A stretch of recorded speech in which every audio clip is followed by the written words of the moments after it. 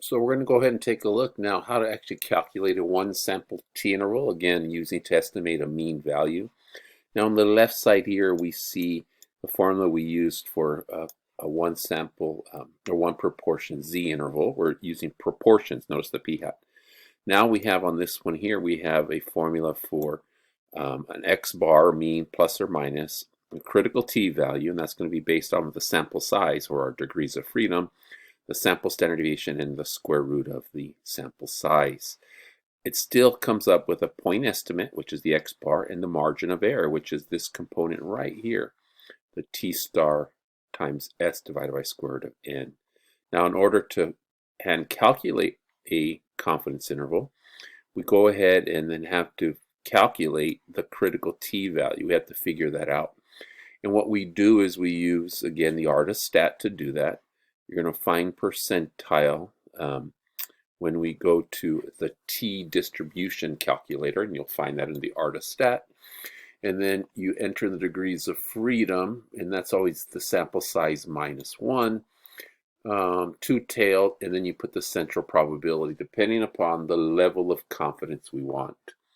So go ahead and pause and try to use the ARTISSTAT. Go to the t distribution, see if you can get for this value, right? I want a 95% confidence interval what the critical t would be. Go ahead and pause and try that. So if you need help with this, let's go ahead and take a look. Here's the t distribution. You click that. And as the instructions say, you're going to want to do find percentile because we're looking for the critical t's. It's like a z-score, but it's a t-score. And then what we're looking at is, let's make some space there, degrees of freedom. The sample size was 32, so the degrees of freedom is 31, n minus 1. We did the two-tail, and we want 95% confidence interval, and that's where you get the 2.04 and negative 2.04, the plus or minus.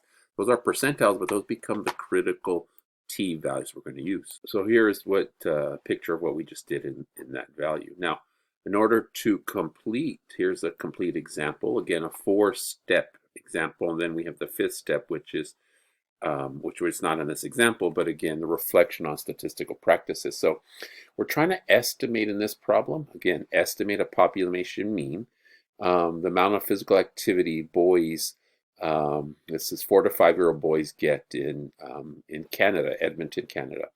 And so you have some sample data. You have the x-bar and the s as stated in the problem. And then we have the formula we're going to use. So our first thing is step 1 is what are we estimating? What's the parameter? We're doing the mean amount of physical time. That's what we're trying to estimate.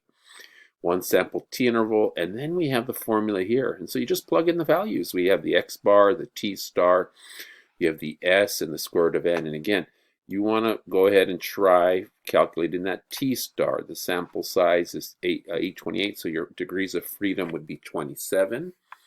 And then t distribution calculator, use a two-tailed percentile, and then instead of 95, what we've done before, you put 90, and then that's where that value would come. And then you can go ahead and do your calculation, and you get 2 values. You get your upper and lower. Pause if you need to and look at the calculations. And then we have the conclusion. We are 90% confident that the mean amount of physical activity these children get is between 678 and 737 minutes. Again, it's an estimate, an interval estimate. So you have example 5 here. You could take a look. Go ahead and notice again.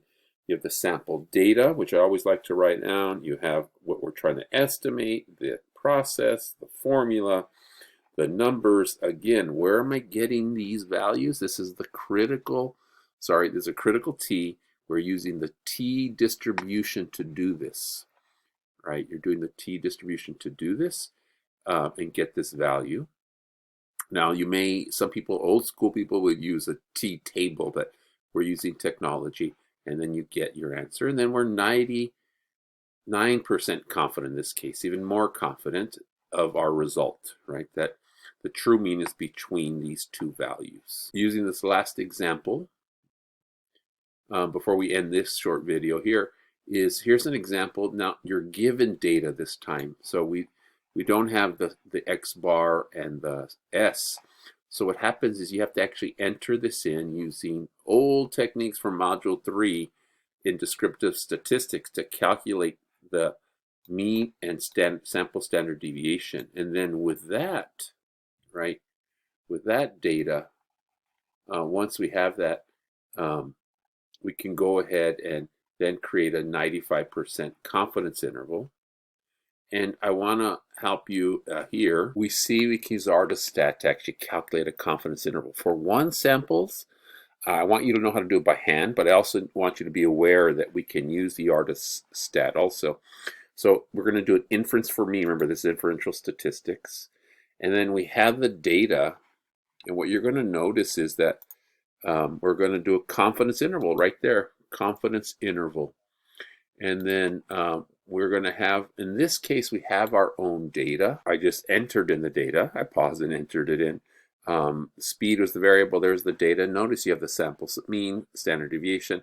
And then notice you get an upper and lower bound. You get the margin of error. You get your critical T. So there is a way to do it, and I do want you to be aware of this, and we will use this for the two samples. But for one sample, you want to do it by hand. Oh, when we wanted a 95%, so notice you could change your confidence level right here. And then you get your interval here too. So that's how we would use our calculation by hand. We did earlier. Now this is using technology.